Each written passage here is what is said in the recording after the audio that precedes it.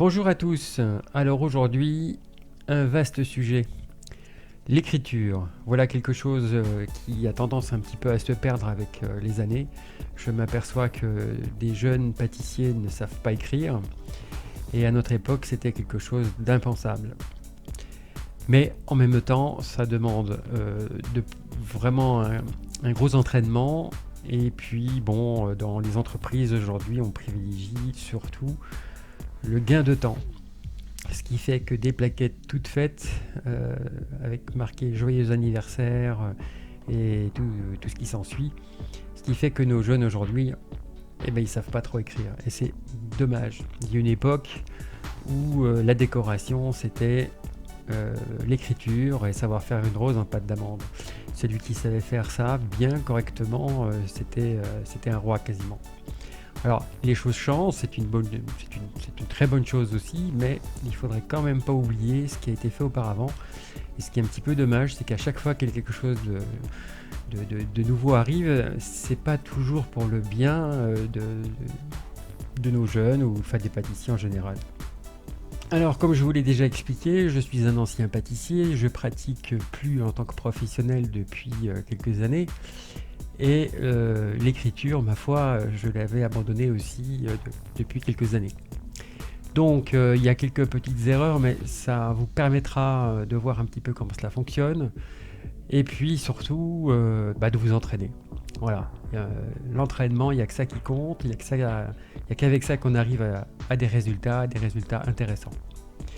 Alors une petite chose aussi, j'ai écrit avec du beurre. Alors c'est une astuce très simple qui permet de s'entraîner sans faire des dépenses, et que ça coûte pas cher de faire de la glace royale ou bien d'écrire avec du chocolat. Mais le beurre, on écrit très très bien avec ça. Et les professionnels, les traiteurs, je veux dire, pardon, l'utilisent aussi en décoration. Ils font plein de choses avec le beurre. Moi, j'ai pris l'habitude de m'entraîner avec ça. Enfin, à l'époque où je m'entraînais beaucoup pour savoir bien écrire. Eh bien, le beurre, c'est une bonne solution. Et puis, vous pouvez le récupérer, le remettre, le réutiliser. Enfin, donc, il n'y a pas de souci. Tout va très bien avec ça. Alors, ça marche très bien, évidemment, avec tout le reste. Et à titre d'entraînement, je vous le conseille vivement.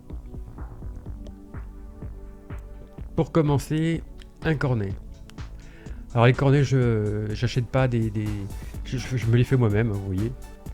Je coupe un triangle avec un angle droit, avec du papier cuisson. Vous coincez la pointe avec le pouce et l'index, voilà, vous le tenez bien comme ceci, et ensuite vous roulez comme une cigarette. Voilà, très simple, vous voyez, voilà. Doucement, vous faites attention que ça reste pointu, et si ça l'est pas, en fait, vous allez pouvoir le régler. Voilà, maintenant en tirant sur le papier de façon à ce que, en fait, vous bouchez complètement le cornet, la pointe, pardon.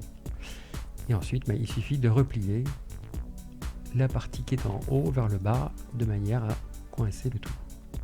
Voilà. Il y a deux façons de faire un cornet. La première, c'est celle-là. La deuxième, c'est presque pareil, sauf que les professionnels en fait du cornet règlent la pointe, c'est-à-dire au lieu de la fermer, ils font en sorte de faire le trou, un trou variable, alors suivant ce qu'ils font, il est plus ou moins gros. Donc je vous conseille en fait de faire comme ceci, vous n'aurez pas de problème avec le cornet. Parce que quelquefois le cornet, quand vous appuyez dessus, le chocolat en fait, ou la glace royale, le beurre, enfin peu importe, a tendance quelquefois à revenir sur lui-même et se coller sur le cornet. Si vous faites ceci, normalement, à 99%, pardon, vous n'aurez pas ce problème-là. Ça arrive quelquefois, quand on le coupe au ciseau, ça se passe pas toujours bien, ça se recroqueville sur lui-même et on se demande d'où ça vient. En faisant cette méthode, vous n'aurez pas ce problème.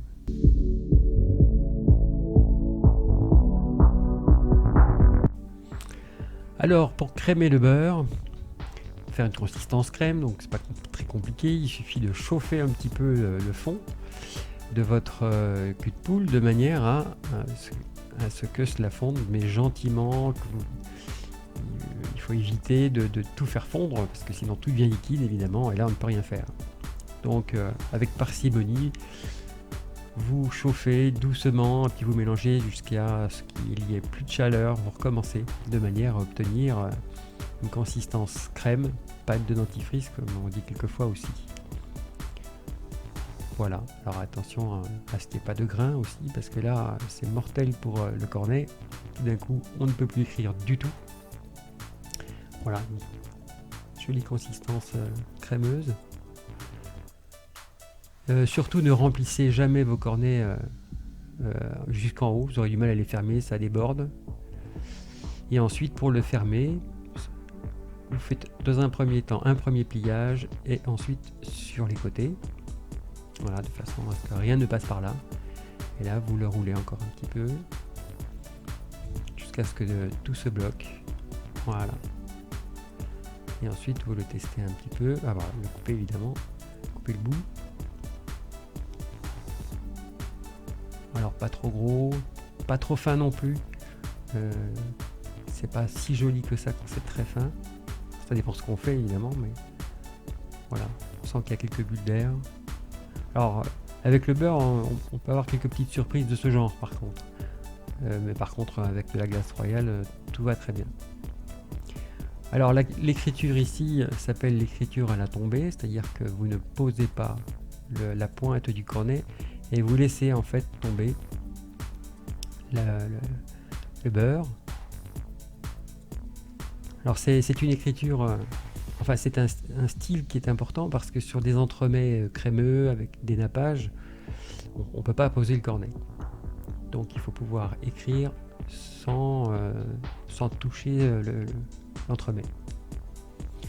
L'avantage aussi de cette méthode, c'est que vous faites de belles arabesques.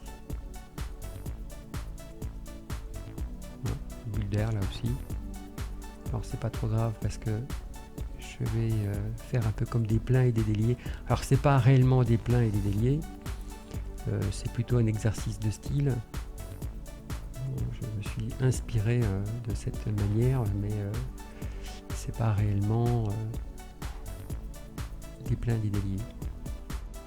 Alors vous remarquerez que j'ai utilisé un rond or pour pouvoir m'entraîner parce que il faut calculer suivant l'entremet que vous avez la taille des lettres et l'emplacement des lettres. Parce que bien souvent quand on est apprenti, on écrit gros et puis on n'a plus assez de place pour tout écrire.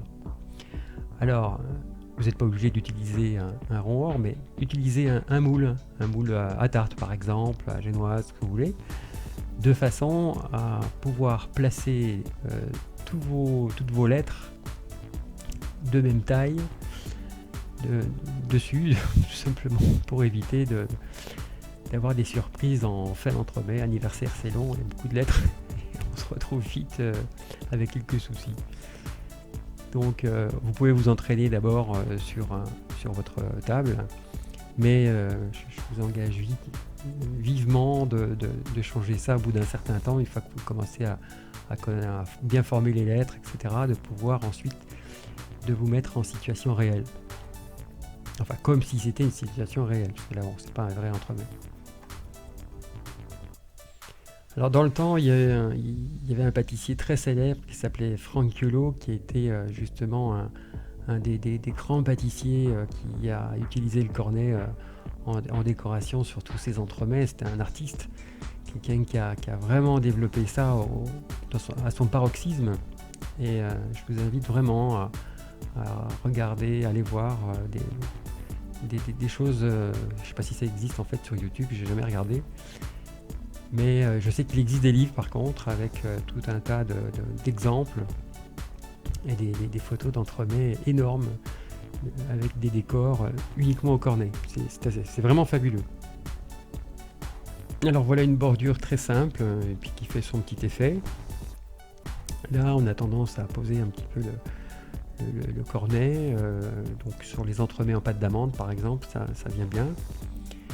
Alors là ici c'est le contraire, je pose le cornet, on peut utiliser donc le cornet un petit peu comme un stylo bic. Le beurre c'est pas forcément le meilleur truc pour écrire comme ceci, mais bon, enfin voilà, c'est à titre d'exemple. On peut écrire d'une manière beaucoup plus fine du coup, et par contre faut pas trop se tromper. On peut difficilement effacer sur un entremets, hein. Pâte d'amande, surtout si c'est en chocolat, ça fait des traces, donc c'est pas très beau évidemment. Voilà, d'où l'intérêt de s'entraîner, hein, bien sûr. Là par contre je l'ai fait à la tombée parce que j'ai tenté de le faire en fait directement et je m'en suis pas bien sorti, j'ai plus trop l'habitude, donc je l'ai refait comme ceci.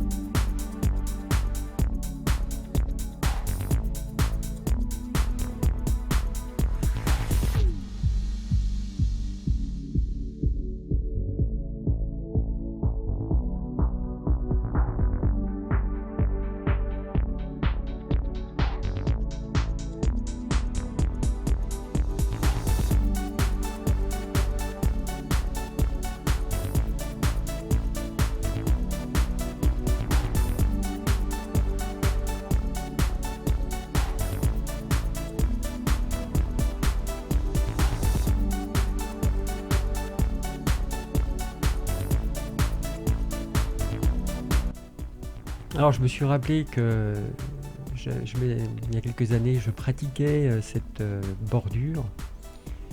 Bon, il y a quelques petits défauts, hein, évidemment. Bon, et puis moi je tourne le carton. Si j'avais l'entremet, je l'aurais tourné aussi. Il y en a qui font ça d'une manière merveilleuse, c'est-à-dire qu'ils font tout le tour comme ça sans toucher l'entremet d'un jet, d'une traite.